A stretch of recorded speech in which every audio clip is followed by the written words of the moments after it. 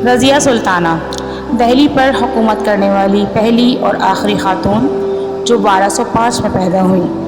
रज़िया इल्तुतमिश की बहादुर और पुरवकार बेटी, जिसे इल्तुतमिश ने सुल्तान के तख्त पर हक देना चाहा, लेकिन उनकी कनीज़ और मलका, जो रज़िया की सौतेली माँ भी थी, अपने बेटे रुकनुद्दीन फ़िरोज़ को वली अहद देखना चाहती थी।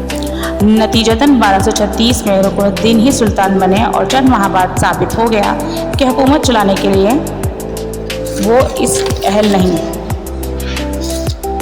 यहाँ तक कि निज़ामुल मुल्क जुनैदी भी बागियों में शामिल हो गए। रुकनुद्दीन ने जुनैदी के बेटों समेत कई अहम अफसर, जिन्होंने रज़िया को वारिस करार देने का फरमान जारी किया था, कत्ल करवा दिया।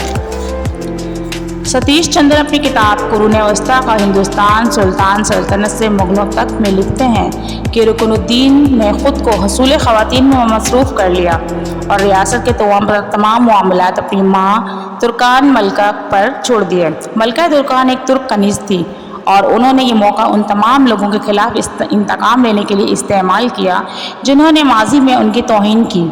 यूँ रुकनुद्दीन की हुकूमत गैर मकबूल हो गई और रज़िया के इक़्तिदार की राह हमवार हो गई। फ़हद केहर का कहना है कि 1236 में रज़िया सुल्तान तख्त पर बैठ गई, लेकिन हुकूमत करना इतना आसान नहीं था। कई अहम तुर्क शख्सियात दिल से रज़िया को तस्लीम ही नहीं करती थीं। जुनैदी ने इनके तख्त पर बैठने को कबूल करने से इनकार कर दिया। इनके साथ 4 ऐसे तुर्क उमरा भी शामिल हो गए जिन्होंने रज़िया की पेशरो रुकनुद्दीन के खिलाफ भी बगावत की।